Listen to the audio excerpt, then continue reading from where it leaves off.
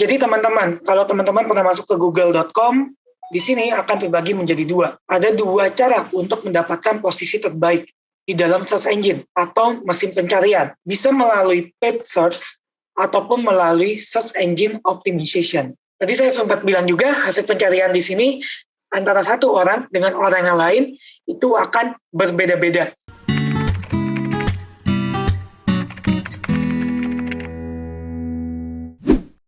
Halo teman-teman Viral Marketing 101, selamat datang di kelas Digital Marketing spesial untuk Search Engine Optimization. Perkenalkan sebelumnya, saya Avelin, saya saat ini bekerja sebagai Performance Manager di IPG Media Brands.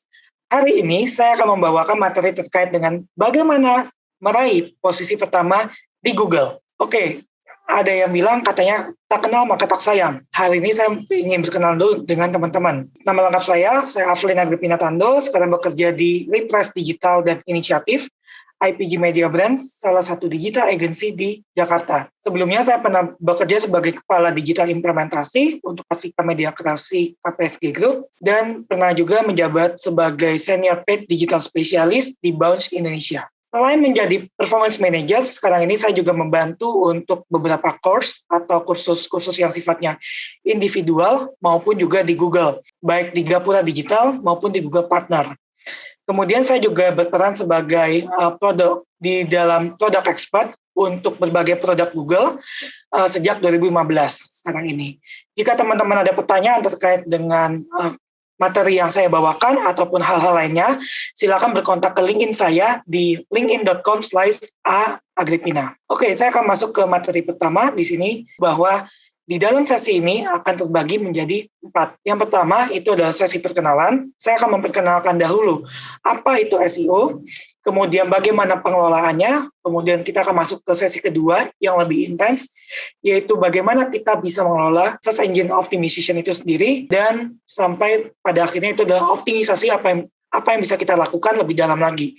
Dan diakhiri dengan tanya jawab. Oke, kita masuk dulu ke bagian perkenalan di sini. Jadi teman-teman, kalau teman-teman pernah masuk ke google.com, di sini akan terbagi menjadi dua. Ada dua cara untuk mendapatkan posisi terbaik di dalam search engine atau mesin pencarian. Bisa melalui paid search ataupun melalui search engine optimization. Apa yang membedakan dari dua hal ini? Simple banget sebenarnya. Kalau teman-teman masuk ke dalam search engine yang ketika teman-teman mengetikkan kata kunci tertentu, misalnya sepatu bola. Di sini saya ambil contoh ya. Jadi kalau teman-teman lihat di slide saya saat ini, ada kotak merah, ada tulisan AD, atau mungkin dalam bahasa Indonesianya itu adalah iklan, itu adalah paid result atau paid search di sini kita bilang. Kemudian biasanya kalau teman-teman buka sepatu bola, kemudian di bagian kanan ada kolom kecil seperti ini ya, atau ada juga lampiran-lampiran tertentu sampai ke bawahnya itu tidak ada tulisan AD atau tulisan iklan. Itulah yang dinamakan dengan organic result.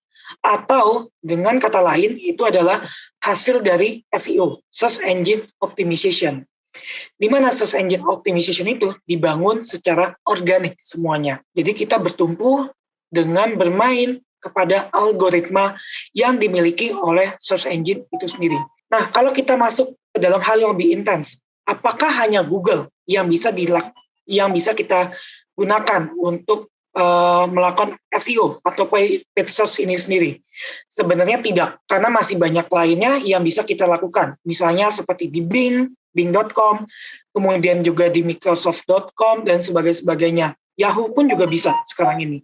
Bisa kita lakukan untuk SEO ataupun paid search sendiri. Tapi karena 90% dari total populasi yang ada di Indonesia ini banyak menggunakan Google, maka saya akan lebih banyak membahas hari ini terkait dengan search engine yang ada di Google. Oke, kalau kita bilang lagi ke hal yang lebih detail di sini, antara paid result dengan organic result atau SEO, itu membangun terms baru, yaitu Search Engine Marketing, atau yang lebih kita kenal dengan SEM.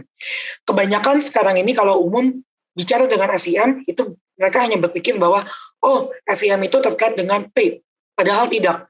SEM itu adalah bagaimana kita bisa mengkombinasikan antara paid result dengan organic result, di mana keduanya ini Ada yang bilang sebenarnya tidak saling berhubungan, ada yang bilang juga berhubungan. Tapi kalau menurut saya secara individual, antara paid result dengan organic result itu membangun terms baru yaitu SEM, dan dua-duanya secara tidak langsung saling berhubungan. Kenapa bisa saling berhubungan? Mungkin saya akan bahas di slide berikutnya setelah ini. Oke, kita masuk ke dalam bagaimana kita bisa memahami perbedaan mendasar antara SEO dengan paid search di sini. Di sini ada beberapa perbedaan yang paling mendasar ketika teman-teman masuk ke dalam SEO dan paid search di sini. Yang pertama, itu adalah terkait dengan biaya. Di mana kalau SEO, teman-teman tidak perlu mengeluarkan biaya apapun. Kok bisa? Karena yang tadi saya bilang, dibangun secara organik. Sehingga ketika kita membangun dengan mempermainkan algoritmanya Google, mengikuti rules yang ada di Google, dan sebagainya, dan ketika orang klik konten kita di Google, ataupun di search engine lainnya, kita tidak akan dikenakan biaya apapun. Berbeda dengan paid search di sini. Di mana kalau paid search di sini, kita akan masuk ke dalam Google, kemudian kita lihat, oh ini ada nih konten yang related atau sepadan dengan kita di sini, sesuai dengan kebutuhan kita. Dan ketika kita klik di sana, ketika kita klik di bagian yang ada tulisan ad atau iklan, otomatis kita akan bayar ke search engine itu. Kalau dalam hal ini yang tadi saya bilang, karena saya akan bawa materi ini lebih banyak ke Google, maka kita akan bayar ke Google setiap kali ada orang yang mengklik iklan kita. Kemudian perbedaan kedua, yaitu terkait dengan lalu lintas. Di mana kalau lalu lintas ataupun traffic, kalau istilahnya di search engine ya, itu kalau SEO pasti butuh proses yang sangat panjang. Itu nggak akan langsung kelihatan hasilnya. Butuh waktu berapa lama? Sebenarnya tidak ada yang bisa menjanjikan di sini. Ada yang bilang 1 bulan bisa muncul, 3 bulan bisa muncul, ada yang 6 bulan, atau sampai ada yang 1 tahun. Kenapa lalu lintas yang ada di dalam SEO bisa lama? Ini terkait dengan hasil yang akan saya bahas di poin berikutnya, yaitu hasil yang ketika kita memadukan SEO yang lebih stabil, yang sudah lebih baik, biasanya hasilnya akan lebih lama ketimbang dengan paid search. Di mana dua hal ini saling berhubungan. Karena tadi yang saya bilang, ketika kita sudah mengikuti semua rules atau aturan main yang ada di Google, dan Google menyatakan, oh ya, ini website valid, atau website ini cukup terpercaya di matanya Google. Sehingga pastinya ketika kita ingin menyempurnakan semua hal itu, bukan proses yang mudah di sini. Prosesnya pasti ada yang butuh waktu 1 bulan, ada yang butuh waktu 3 bulan, sampai ada yang butuh waktu bertahun-tahun, karena tergantung dari beberapa hal. Misalnya dari kata kunci yang dikompetisikan di sini. Karena teman-teman pastinya ketika bermain di dalam SEO, bukan hanya berkompetisi di dalam satu kata kunci, bisa saja di berbagai kata kunci. Dan di setiap kata kunci itu akan memiliki kompetisinya sendiri-sendiri di sini. Di mana ada kata kunci yang mungkin tadi yang saya bilang ya, sebagai contoh saya klik sepatu bola di sini, saya ketik sepatu bola, kemudian muncul, mungkin akan berbeda ketika saya menyebutkan dengan merek tertentu. Misalnya merek yang terkenal tuh, let's say Adidas di sini ya. Saya ketik sepatu bola Adidas. Mungkin saja ketika orang yang mencari dengan kata kunci sepatu bola Adidas itu akan lebih banyak atau akan lebih sering. Sehingga banyak sekali pemain-pemain SEO yang juga bermain dengan kata kunci yang sama. Sehingga kita harus berkompetisi lebih lama lagi. Sehingga itulah yang saya maksudkan dengan proses yang lebih panjang. Nah, bagaimana dengan hasilnya? Biasanya ketika satu kata kunci sudah teroptimasi dengan baik, maka Google tidak akan langsung men-take out atau mengeluarkan hasil kata kunci kita begitu saja. Ketika Google melihat, oh ini sudah sesuai dengan apa yang diinginkan oleh Google di sini, atau ini sudah sesuai dengan apa yang dicari oleh penggunanya. Karena sekarang ini kebanyakan search engine itu belajar dari algoritma yang dimiliki oleh usernya atau penggunanya. Sebagai contoh, kalau misalnya kita berada di dalam ruangan yang sama, kemudian kita menggunakan perangkat yang dimiliki oleh kita di sini, dan mencari dengan kata kunci yang sama. Misalnya, kebetulan saya di Jakarta di sini, kemudian saya mencari dengan kata kunci kedai kopi terdekat di sini. Kemudian ada teman saya yang juga menggunakan kata kunci yang sama, yaitu kedai kopi terdekat di sini. Nah, Meskipun kita mencari dengan kata kunci yang sama, mencari di lokasi yang sama, mungkin saja hasil pencarian bisa berbeda-beda. Sebagai contoh, waktu itu saya pernah uji coba juga terkait dengan hal ini. Ada teman saya mendapatkan hasil pencariannya paling atas itu adalah terkait dengan Starbucks. Tapi ada juga, karena kebetulan saya suka banget dengan kopi hitam, maka saya waktu itu disasarkan dengan konten yang kopi Indonesia, yaitu kopi Tanah Merah. Jadi kebetulan saya dekat di Tanah Merah. Walaupun kita berada di lokasi yang berdekatan, Tanah Merah dengan Starbucks itu tidak begitu jauh, tapi hasil yang ada itu bisa berbeda-beda, tergantung dari hasil pencarian seseorang di sini.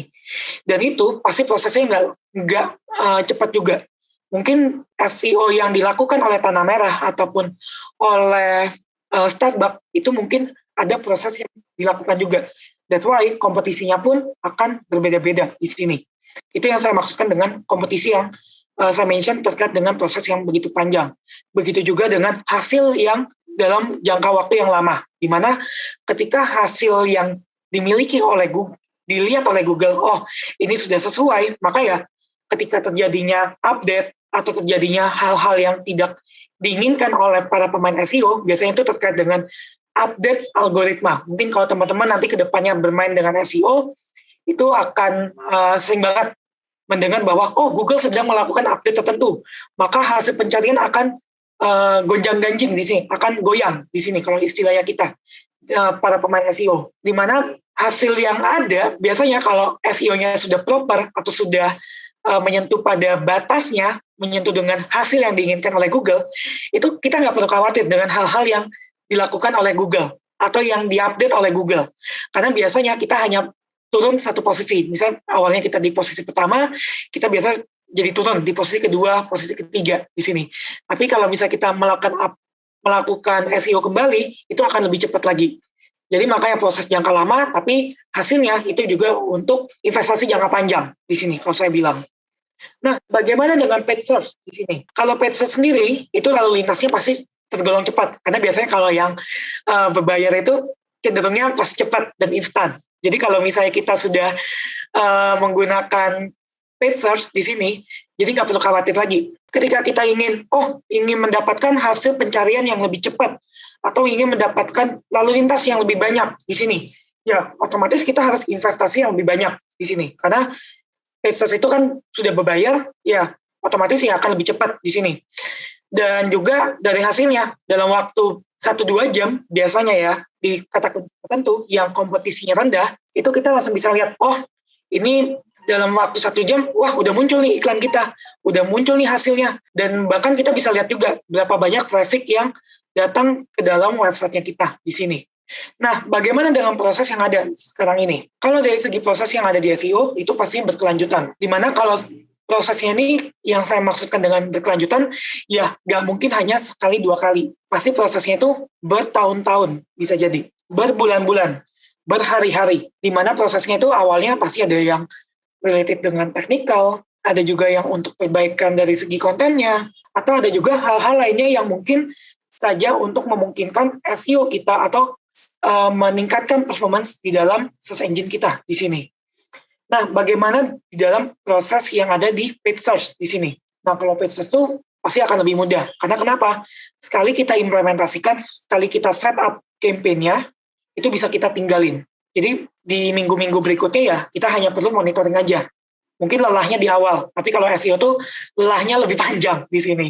Tapi hasilnya, wah itu kalau misalnya kita udah optimasi secara baik ya, itu ya pastinya kita nggak perlu khawatir lagi. Karena kenapa? Karena ya dia akan terus nongkrong di dalam search engine. Berbeda dengan di paid search di sini. Kalau misalnya budget kita habis atau anggaran kita untuk beriklan habis, ya otomatis hasil pencarian kita akan turun di sini. Nah, maka dari itu, menyangkut dengan tujuan yang ada di sini, SEO biasanya kita gunakan untuk meningkatkan visibilitas. Jadi ketika kita ingin mendapatkan visibilitas lebih lanjut, ketika ada orang yang ingin mencari terkait dengan kata kunci tertentu dan kita muncul di sana, maka biasanya itu yang kita gunakan untuk SEO di sini. Berbeda dengan paid search, karena kalau paid search di sini ada uang yang kita investasikan. Maka bagaimana ketika satu klik atau satu kali orang mengklik dan kita sudah membayar ke dalam search engine, itu bisa menghasilkan untuk investasi kita yang lebih lanjut. That's why tujuannya berbeda di sini antara SEO dengan paid search. Yaitu biasanya kalau untuk paid search itu kita lebih banyak untuk meningkatkan sales. Yang terakhir di sini yaitu perbedaan mendasar antara SEO. Di mana SEO itu pastinya berada di dalam cakupan hasil berbayar atau di antara paid search. Jadi SEO-nya di tengah, paid search-nya di atas di sini. Jadi kalau paid search itu pasti akan selalu di bagian paling atas atau di bagian paling bawah di dalam Google di sini. Tapi kalau SEO di mana? Di tengah-tengah di sini. Jadi 1 sampai 10 itu nggak akan ada iklan lagi. Kemudian setelah hasil pencarian ke-10 yang sifatnya organik, maka di bawahnya mungkin saja ada iklan. Atau sebelum SEO itu ada iklan juga. Oke, di sini saya ada materi sedikit. Itu materi dari Google. Gimana Google menjelaskan bahwa Google Search ini bekerja dalam waktu 5 menit. Mungkin teman-teman bisa menonton lebih lanjut ya.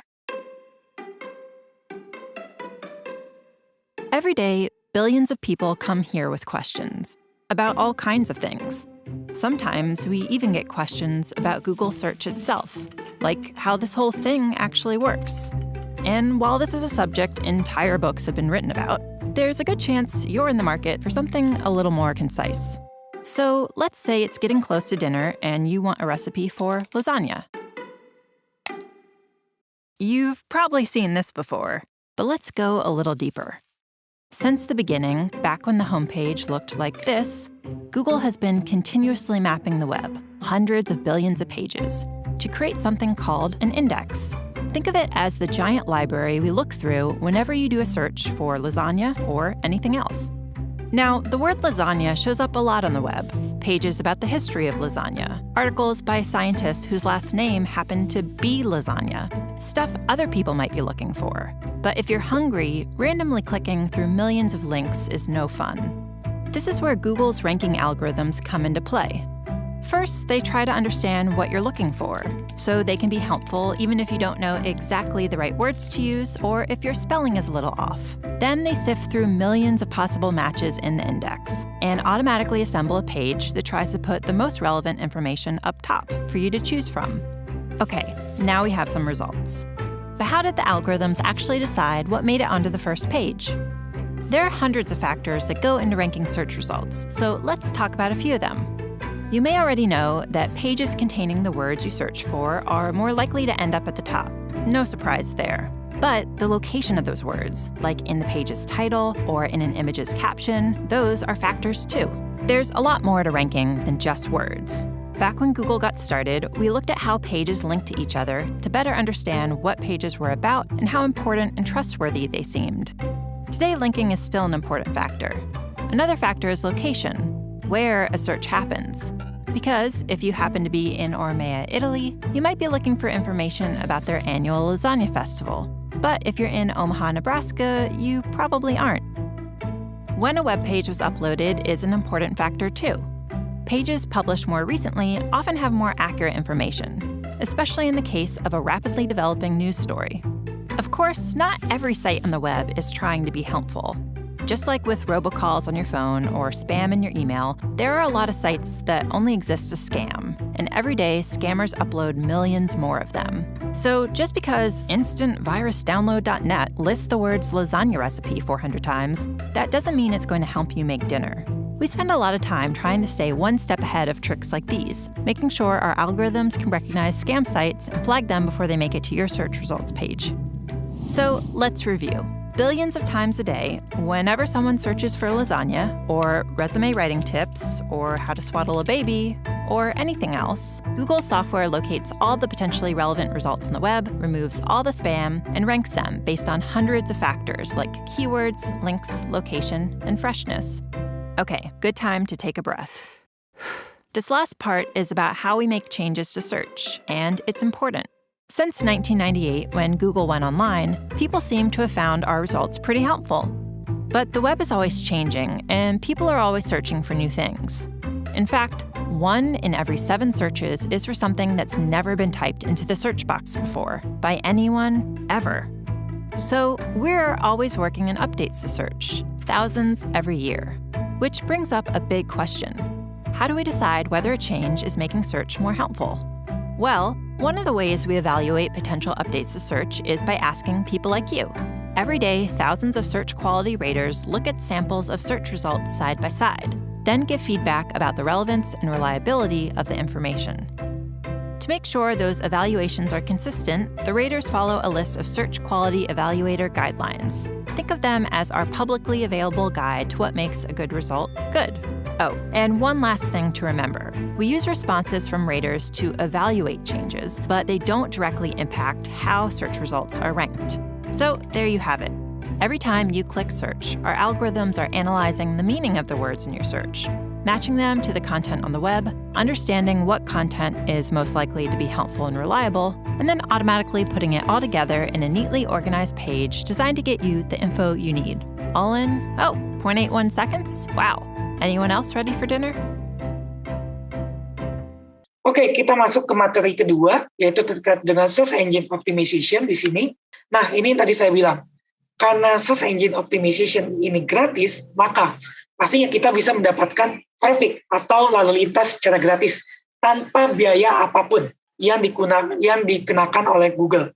Jadi kalau kita udah muncul dimanapun, selama di sini, di bagian sebelah kanan ya, ini saya udah screen cap beberapa hasil pencarian. Di sini nggak ada tulisan AD atau iklan. Ini adalah hasil untuk SEO murni. Dan di sini biasanya kita bermain dengan dua hal. Yang pertama itu adalah tadi saya sempat bahas di awal, yaitu kata kunci atau keyword. Dan yang kedua, ini adalah konten. Nah, by default atau secara umumnya, secara harafiah di sini, Search Engine Optimization itu adalah cara untuk mendapatkan lalu lintas gratis dan tanpa rasa sakit. Kenapa saya bilang di sini tanpa rasa sakit? Karena biasanya untuk brand-brand yang memiliki anggaran terbatas, pasti kalau berjuang di dalam paid search, wah itu ketika budgetnya habis, ya otomatis akan langsung berhenti semuanya. Visibilitasnya nggak akan ada lagi. Tapi dengan menggunakan SEO, karena ini adalah sifatnya long-term investment, maka akan lebih baik lagi di sini. Jadi teman-teman nggak perlu khawatir, wah saya punya budget 10 juta, untuk 1 bulan, ya tetap bisa running di sini. Karena teman-teman nggak perlu mengeluarkan biaya apapun. Berbeda dengan paid search yang tadi. That's why di sini yang saya maksud dengan tanpa rasa sakit. Karena harus memikirkan, wah 10 juta harus balik modal sekian juta. No. Kalau di sini nggak perlu memikirkan hal yang seperti itu. Karena memang dengan anggaran yang sangat-sangat terbatas, atau even kita nggak punya biaya sama sekali, hanya bermodalkan website, kata kunci, dan konten, teman-teman tetap bisa eksis di dalam mesin pencarian yang ada. Kemudian ya, sekarang ini mesin pencarian itu memperbarui halaman penemuan dan memiliki posisi tinggi dalam pencarian. Ya, itu pastinya akan menjadi satu keuntungan bagi teman-teman yang menjalankan SEO.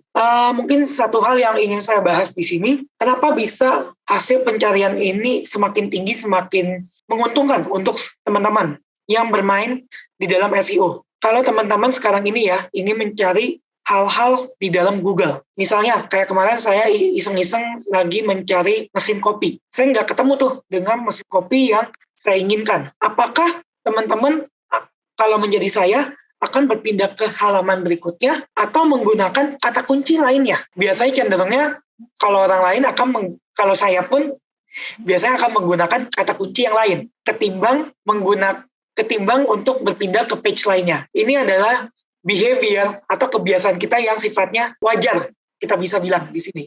Karena ya cenderungnya orang akan mencari dengan kata kunci yang lebih spesifik, atau mereka menambahkan kata kunci tertentu, atau ada yang lainnya. Sehingga ya kita nggak perlu lagi berkompetisi di kata kunci yang sulit di sini. Atau berkompetisi di kata kunci yang terlalu heavy atau terlalu berat di sini menurut kita.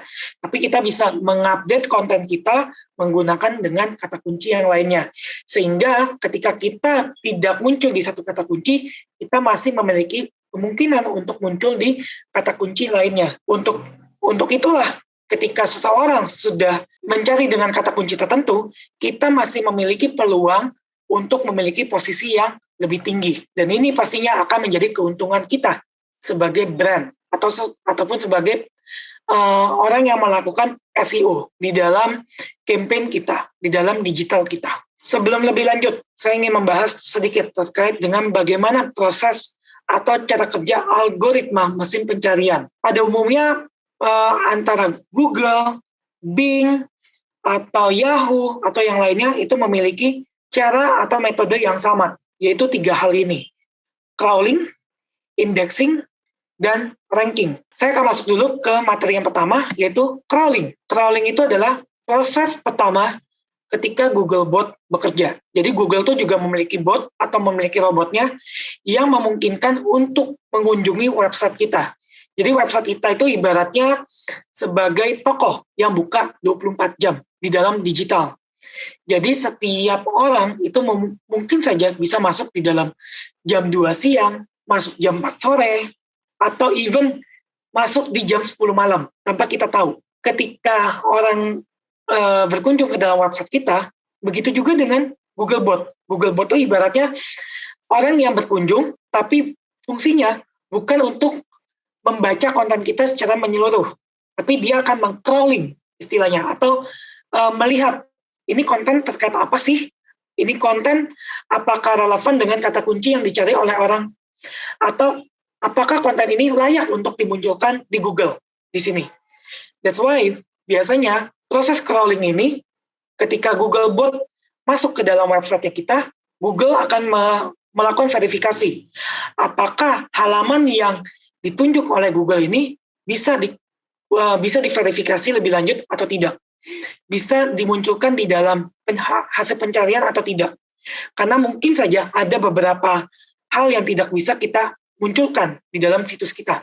Biasanya ini untuk website e-commerce ya. Kalau teman-teman yang pernah bergerak di dalam e-commerce, pasti ada halaman-halaman tertentu yang tidak bisa dimunculkan. Misalnya halaman sign in atau halaman sign up di sini. Itu pasti nggak akan dimunculkan di dalam hasil pencarian. Atau ketika reset password, ya itu tidak perlu dimunculkan. Karena pasti akan juga berbahaya ya. Kalau misalnya kita bisa memunculkan itu secara publik. Biasanya ya ada orang iseng atau ada yang lainnya di sini. Jadi itu Google akan mengindeks website kita, oh halaman ini bisa dimunculkan, oh halaman ini tidak bisa dimunculkan. Kemudian di dalam SEO ini ada istilahnya peta situs atau sitemap di sini. Di mana sitemap ini fungsinya lebih banyak untuk memberitahu kepada Google atau memberitahu kepada mesin pencarian bahwa oh ada halaman baru nih yang sudah kita munculkan. Jadi teman-teman nggak perlu memperbaharui kemudian memberitahu kepada Google secara manual. Karena biasanya ada halaman-halaman seperti itu, yaitu kalau teman-teman yang pernah mendengar istilahnya Google Search Console, yaitu adalah bagaimana tools Google bekerja, kemudian dia akan meng-crawling atau kita harus mendaftarkan halaman-halaman tertentu untuk Google, untuk memberitahu Google bahwa oh kita barusan memproduksi konten baru loh di website kita. Nah ini nggak perlu lagi, karena dengan peta situs, kita bisa memberitahu kepada Google, halo Google, ini sebenarnya ada halaman baru loh, kamu bisa mengindeks ini, atau halaman ini tidak perlu diindeks di sini, lewat peta situs di sini. Mungkin kalau misalnya kita ada waktu di lain hari, kita bisa banyak bicara dengan hal-hal yang lebih teknis seperti ini. Karena ini waktunya mungkin lebih singkat, mungkin saya akan bahas terkait dengan gambaran besarnya terkait dengan peta situs terlebih dahulu. Seperti itu kurang lebih peta situs bekerja untuk website kita. Dan peta situs tuh adanya di dalam website kita. Biasanya kalau teman-teman pernah masuk ke website tertentu ya, misalnya website saya avelin.com/sitemap. Nah, itulah yang dinamakan dengan peta situs. Jadi kita bisa lihat halaman-halaman apa saja yang bisa diindeks oleh Google. Kemudian ya, ini cukup penting. Pastikan halaman utama atau halaman beranda atau istilahnya itu adalah home, itu bisa dirayapi oleh mesin pencari. Karena kalau nggak bisa dirayapi di halaman home, otomatis biasanya halaman-halaman berikutnya tidak bisa di-crawling juga oleh Google di sini. Bagaimana kalau website kita belum mendukung atau tidak mendukung peta situs ataupun harus didaftarkan manual?